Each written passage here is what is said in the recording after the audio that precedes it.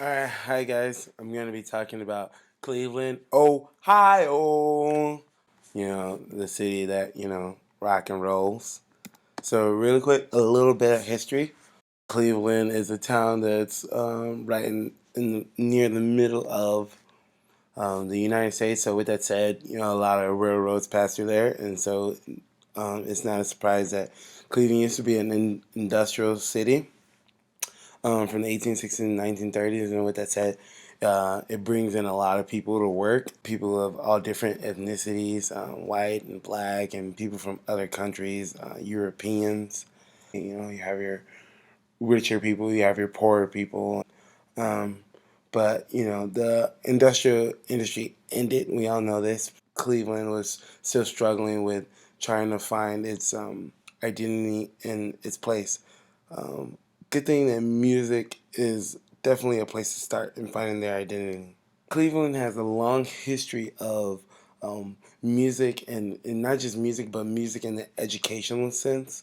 A lot of settlements and a lot of uh, funding has gone into education for music.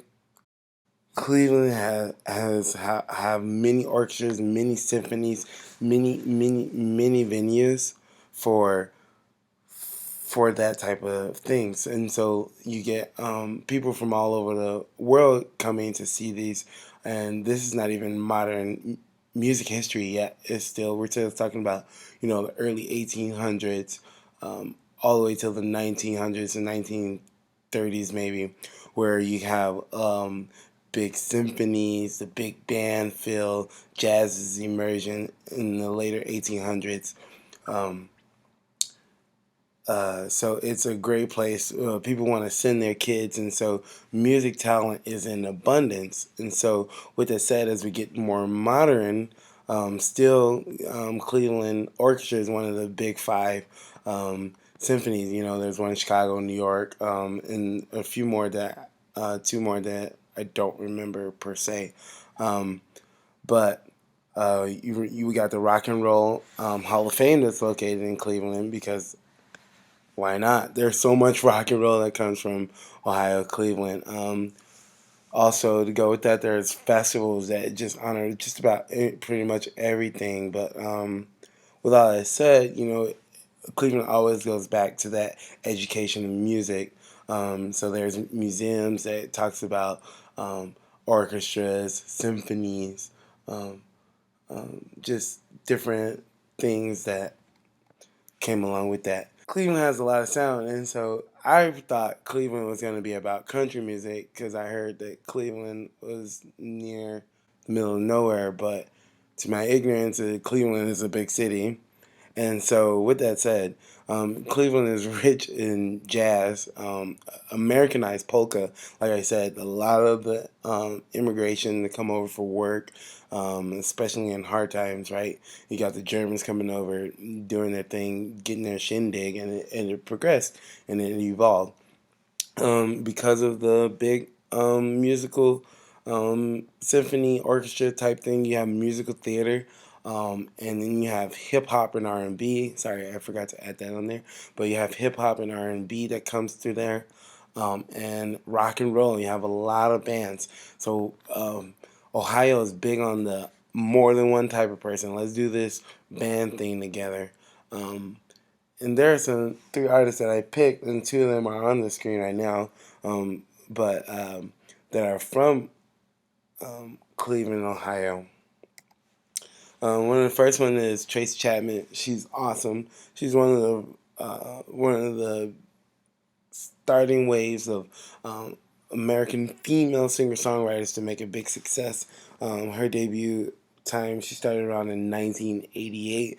A lot like us, she was busking and playing at coffee venues at colleges and things of that nature. And she got a gig that she opened up for Linda Tillery, and she got discovered by Charles Kopelman, where that it was like, oh man, she's awesome, and she got um, signed to Elektra Records, and um, her first debut album played with her.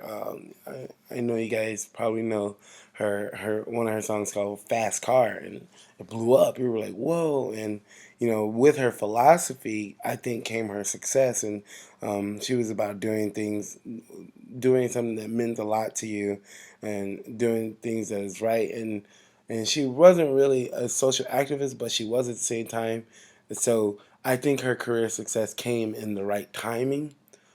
She got opportunities to play in big events like the Nelson Mandela 70th birthday anniversary kind of thing, and she got to tour the world, and she has a lot of success in Europe because of her lyrics about justice, racial tension, women equality, and other things like that. Nine Inch Nails, actually, the main guy that we want to talk about is Trent Reznor. Um, and I got to do a lot of research on him, and it's pretty cool. He started again as someone. He started like us. We're assistant engineers, and we're doing work at our school. But he was employed by Right Track Studios, where he asked for permission to to use the studio when it wasn't booked, and his line was the only thing that you'll have to pay for is the wear on the tape. That's the only thing that'll cost you. And with that demo, he went and he tried to tour, and he went out to do it by himself. He got discovered by a record label, which if you look at most of his interviews, probably he probably look back and say he wouldn't have done it. And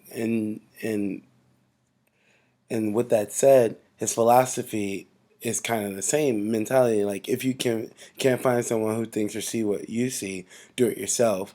He really valued his fans, and he was learning the music industry through one of the lower record labels to a major record label, and he noticed how much he was ripping off people, and how much the manufacturing cost them versus how much they were selling it to their selling it to their fans.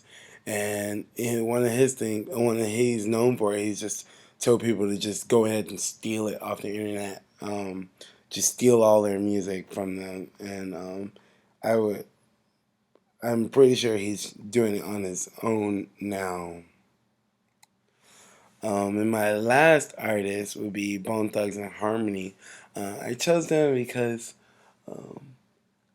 I like their philosophy. It's a little bit different than the Tracy Chapman's and Trent Reznor's.